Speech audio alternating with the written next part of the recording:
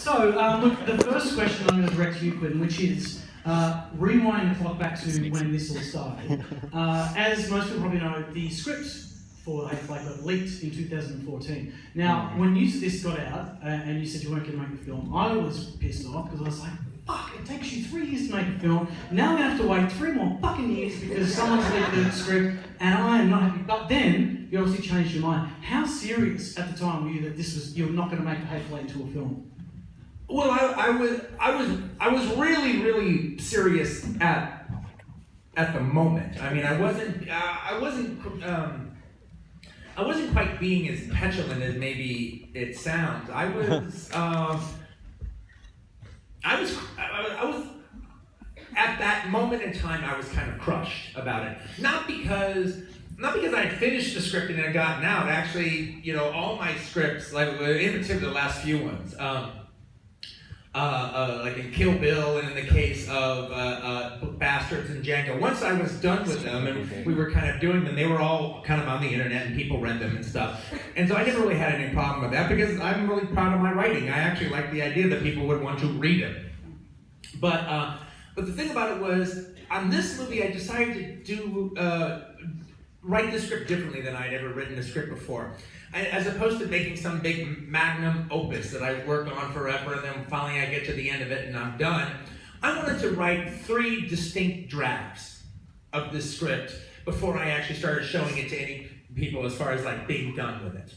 And part of that meant, so I did the first draft, and part of that meant that I didn't need to do everything in the first draft. It was just sort of kind of figuring out certain things. Like, just to give you an example, the Lincoln letter was brought up in the first draft, but it was only brought up in the stagecoach, and that was it. Now, I knew I wanted to do more with it, but I wasn't ready to do more with it. And the ending, it was actually a good ending, but it wasn't the ending per se. It was just an ending. So it was very embryonic. It was never supposed to be anything more than what it was, which was this first attempt. And to flesh out things later, and that's how I always looked at it. So when that got out, I was really devastated. I was devastated that somebody would do it. I was devastated about the town that I worked in, that would be okay. And I was devastated to kind of have this embryonic thing out there for everybody to read. So it ruined it for me, as far as I was concerned, because I was getting ready to do the next thing, and it just kind of took the wind out of my sails. And so I was going to show the world and deny them of my genius. I'm going to show you. I think that's a good reaction. You got it. You get it?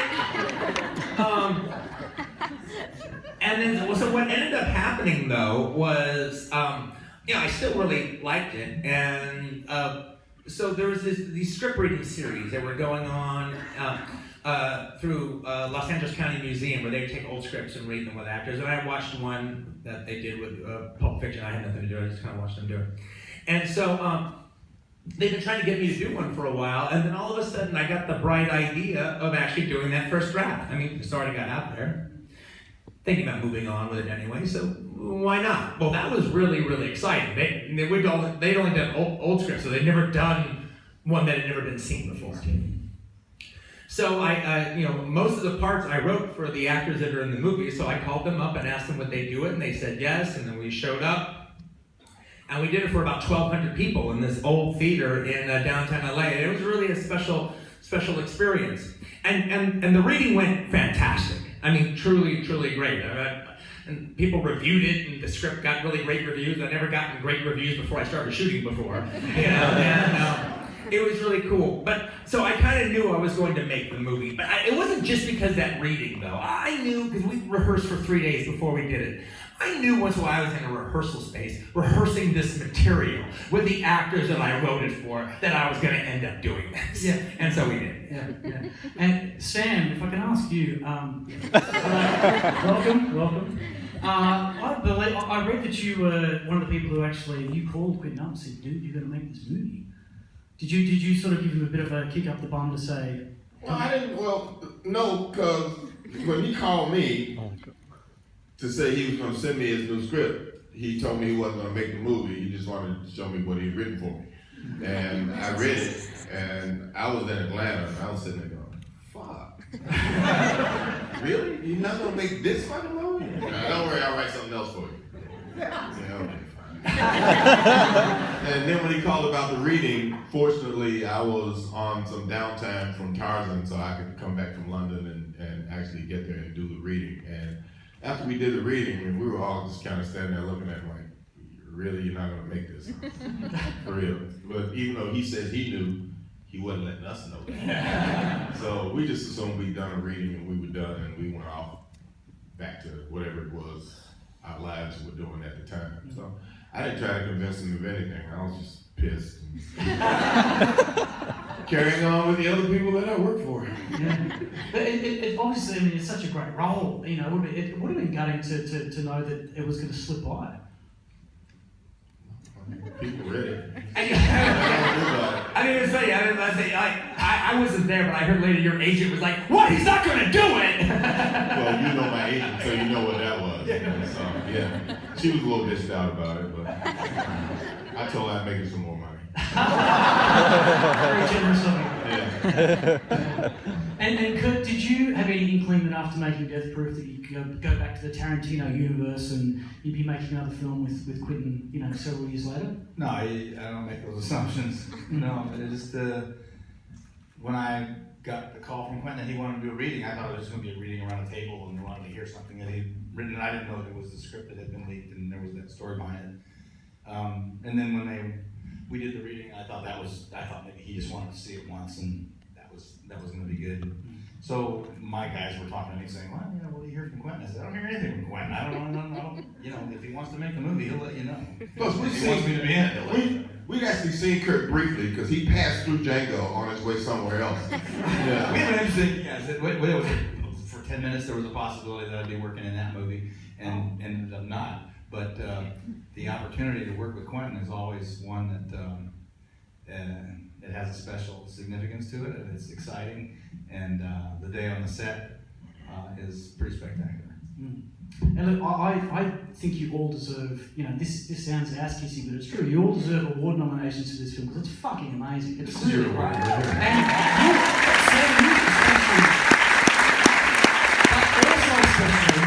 especially, I think Kurt's mustache deserves the best supporting actor Oscar. Because that bad boy had a life of its own. That must have given you a backache carrying that around. That's for a man, yeah. How long did it take you to grow that magnificent mustache? About 2.5 weeks.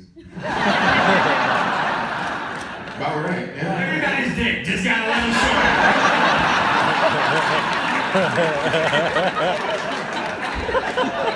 Everyone lost an inch.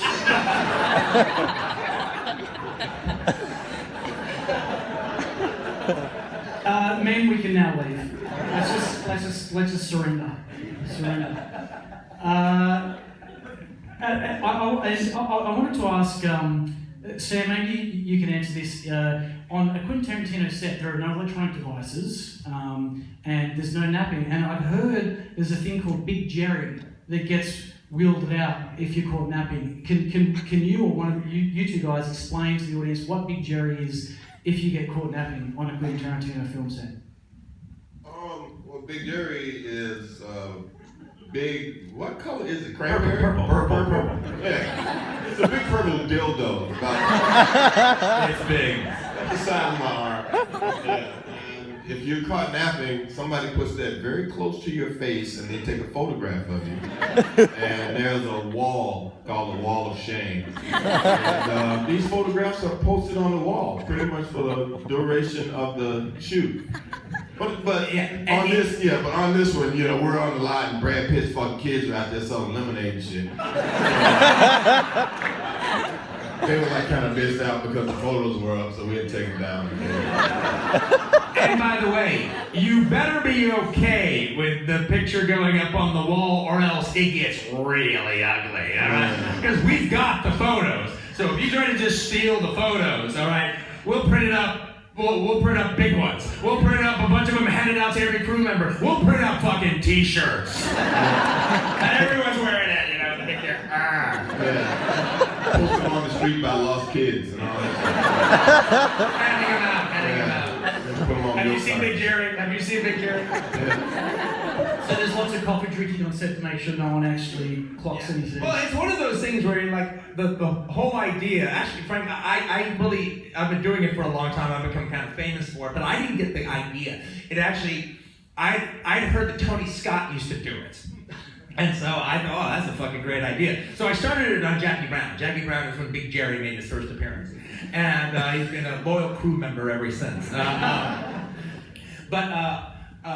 Everybody gets told too. There's an announcement when the movie starts. Oh yeah. If you go to sleep, Two things. they bring it out, they show it, you know, it's like, this is Big Jerry. If you go to sleep, Big Jerry will be in your face. Which was actually very interesting on Kill Bill, as I'm describing to the crew, which is a quarter Chinese, doesn't really speak English that much. Another quarter Japanese, doesn't really speak English that much. And so I've got this big, giant, purple dildo in my hand. And it has to get translated to them what I'm saying, but all they're seeing is me waving around. Like that. Does this mean you have a photo album of, very, very famous people and compromising musicians? We got some famous people in there. We got Brad with it on Inglourious Bastards. Brad actually likes to sleep on this thing. I'm going to make Big Jerry motherfucking day. I don't give a shit. I'm with Brad. I grew up in my era was like, I was a kid growing up on movie sets, so one of my favorite things is to like sit down in a chair and listen to all the guys working while they're getting this shot set up. And it's you feel safe. It feels really good. You just kind of doze out and listen to it. And so when he got that, I was like, I had to go off into a corner and find something. Yeah. Well, actually, it was funny because my camera crew, my great DP, did such a fantastic job on this. Robert Richardson. He's done a lot of Scorsese.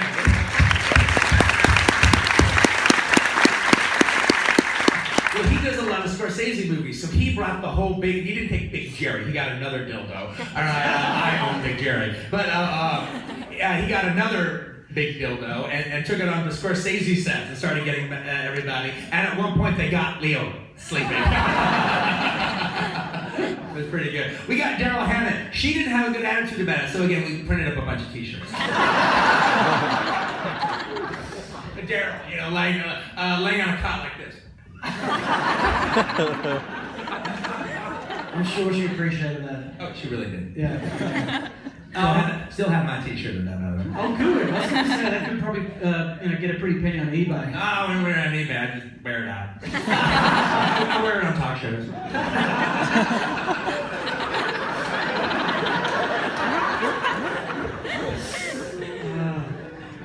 Now, obviously, filming this would have been a cold experience. Now, a question directed at Kurt. Compared to filming The Thing, which was the cold film to work on? Did you freeze your ass off more on The Thing, or did you freeze your ass off more on Hateful Eight? It just so happened that where we shot outside of Telluride, we had a pretty gentle winter for the most part. There were days when it was cold in the morning. It was not unpleasant though for a lot of the time, and some of us anyway were geared up for it pretty good. I had that big coat, so it wasn't too hard on me. They had a much tougher go with it when they got into the blood and stuff.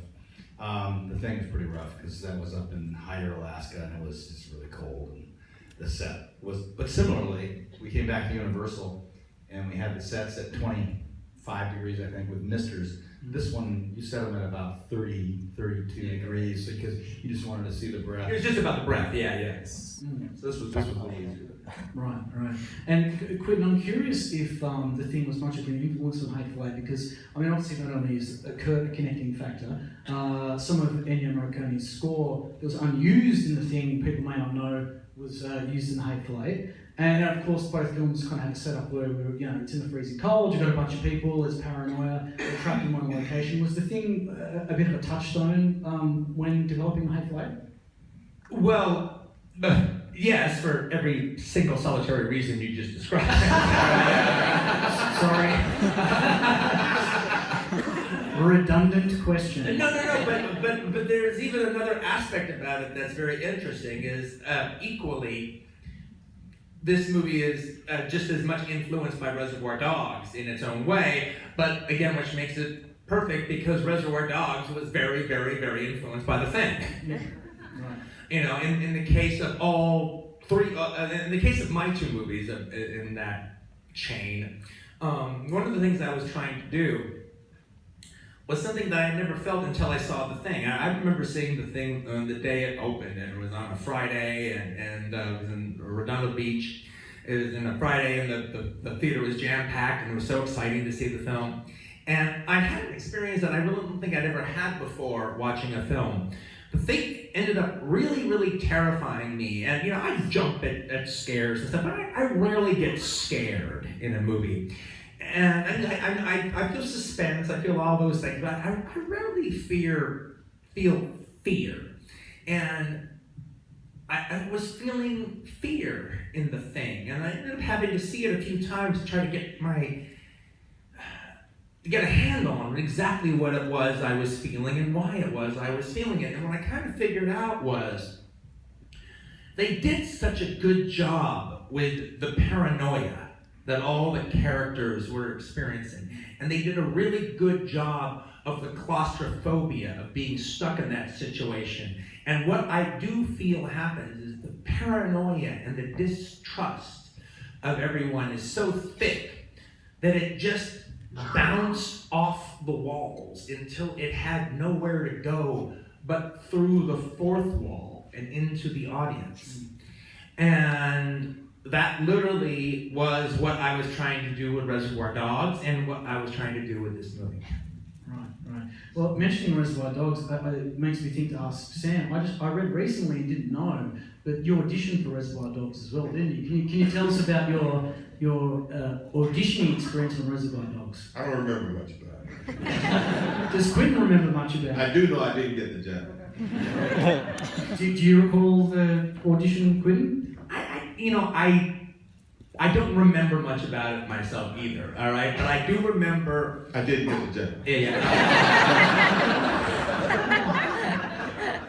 I think actually part of the reason, I was always, the actor that I ended up casting, I was always a big fan of his. I'd watched him in quite a few things, so I was kind of excited. Sitting around at home watching soap, you didn't see him in a lot of shit. He only did a soap opera. No.